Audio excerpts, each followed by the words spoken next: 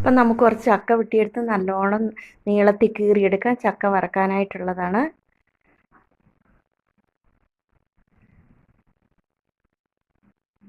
ഇതാ നല്ലോണം നീളത്തിൽ കീറിയെടുത്തിട്ടുണ്ട്.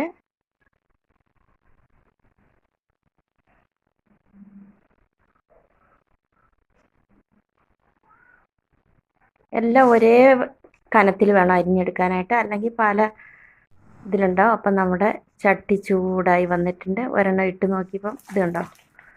നമ്മൾ ബാക്കി ചക്കയും കൂടെ ഇട്ട് കൊടുക്കുകയാണ്. ചക്ക നല്ല മൊരുന്ന് വരുന്നുണ്ട്.